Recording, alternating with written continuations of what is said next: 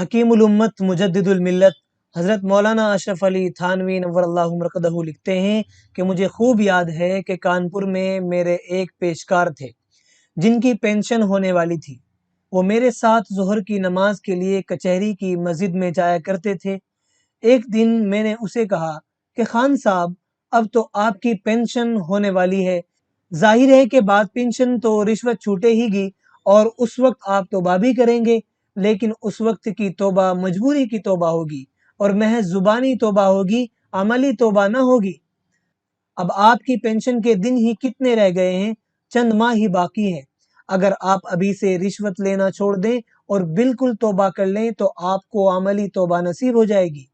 اس گفتگو کا ان پر اتنا اثر ہوا کہ انہوں نے اسی وقت مسجد ہی میں توبہ کی اور اسی روز سے رشوت لینا قطعاً چھوڑ دیا اور پکے تائب ہو گئے، جس سے سارے اہل مقدمہ اور اہل عملہ کو حیرت ہونے لگی، بلکہ بعضوں نے تو یہ سمجھ کر کہ قلیل رقم ہونے کی وجہ سے انکار کر رہے ہیں، کثیر رقم پیش کی، لیکن وہاں پھر بھی انکار ہی رہا۔